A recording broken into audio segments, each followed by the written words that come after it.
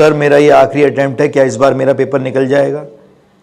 Sir क्या हो रहा है, मैं कितनी बार सिलेबस कंप्लीट हो गया लेकिन पेपर नहीं निकलता। सर मैं अच्छी तैयारी करके जाता हूँ लेकिन पेपर के समय पता नहीं क्या होता है, सब खराब हो जाता है और वही डर होता है मैं पूरा पेपर ढंग से अटेम्प्ट क्या पढ़ भी नहीं पाता। बहुत सारी समस्याएं, बहुत सारे सवाल, आपने ना जाने ये सवाल किन से कितनी बार पूछे होंगे। जवाब में सिर्फ क्या मिलेगा, पढ़ो पढ़ो पढ़ो, अच्छे से पढ़ो, इस बार अच्छे से करना। नहीं, आपका सवाल ही गलत जगह है। आपके सवाल जो उसको आपको सवाल करना है वो इंसान आप खुद हो। तो ये सवाल आपको खुद से करना है कि आपका एग्ज़ाम क्यों नहीं निकल रहा।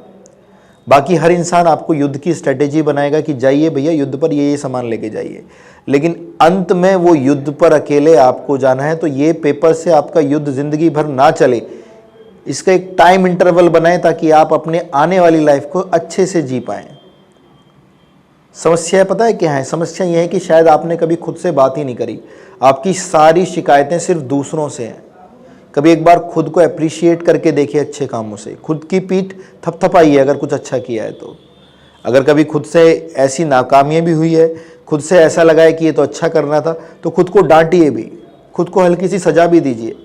जब खुद को अप्रिशिएट और खुद को डांटना सीख जाओगे तो आप सब कुछ करना सीख जाओगे। एग्ज़ाम्स क्या हैं? एग्ज़ाम्स एक पर्टिकुलर स्ट्रेटेजीज़ हैं जो सिर्फ हवा में नहीं निकल सकते। कितने स्टूडेंट होंगे उन्होंने कई चैप्टर सिर्फ ऐसे देखकर ख़त्म कर दिए कि सर हो गया, वो हर बार पेपर में पहुंच जाते हैं उसी स्ट्रेटेजी के साथ। गलत तरीका। आपको उतरना पड़ेगा पेन और पेपर लेकर रणभूमि में। आपको पहले प्लॉटिंग करनी पड़ेगी। आप पूरे राइट आउट करिए कि कितने chapters math, physics, chemistry, English, math, physics, English के कितने चैप्टर आ रहे हैं आप लोगों के। आप पता करिए, आप ये देखिए कि कौन से चैप्टर आप क्वेश्चंस में, कौन से चैप्टर्स आप हो ही नहीं पाते आपसे एग्जाम्स के अंदर, चाहे कुछ भी कर लीजिए। उनकी अलग से स्ट्रेटेजी बनाइए और ये जो लूज़र वाला एटीट्यूड है इसको साइड रख के शायद हम एक पॉजिटिव एटीट्यूड के साथ काम करें तो हम कुछ अच्छा कर पाए। आपके अंदर सबसे ज़्यादा कमियां ये हैं, आपको रिजल्ट 2 दिन में चाहिए, जो सबसे गलत चीज़ है। आपका बेशक ये फाइनल अटेम्प्ट होगा लेकिन रिजल्ट 2 दिन में चाहिए आपको। Is it possible? आप रूटीन तो फॉलो करो अपना, जो आपको बताया गया, जो आपको एग्ज़ाम तक लेके जाएगा।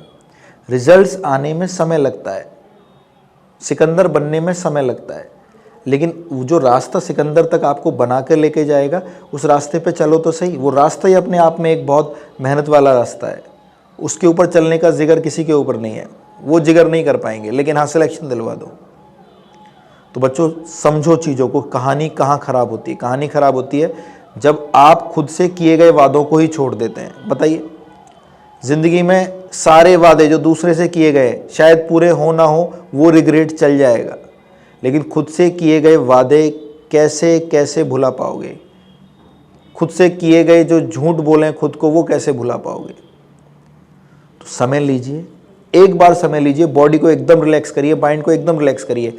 प्लानिंग प्लॉटिंग करते हैं ना कागज़ के ऊपर, अच्छे से चीज़ों को समझते हैं ना, दिक्कतें कहाँ पर है, उन सारी दिक्कतों पे फिर हम लोग काम करना शुरू करते हैं। एक लूज़र एटीट्यूड की तरह नहीं, एक शेर की तरह जिसको पता है कि जंगल में चाहे कुछ भी हो जाए मैं आज भूखा नहीं मरने वाला।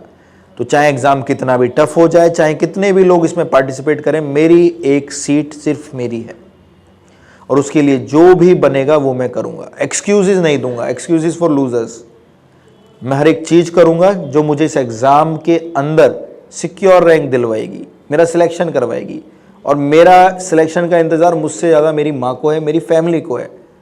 आपकी फैमिली भी एक टाइम के बाद आपसे एक्सपेक्ट करती है कि यार चलिए बहुत वज़न है हमारे कंधों पर, थोड़ा सा हाथ बटाइए, है ना। तो ये समय है आप लोगों का कुछ कर दिखाने का।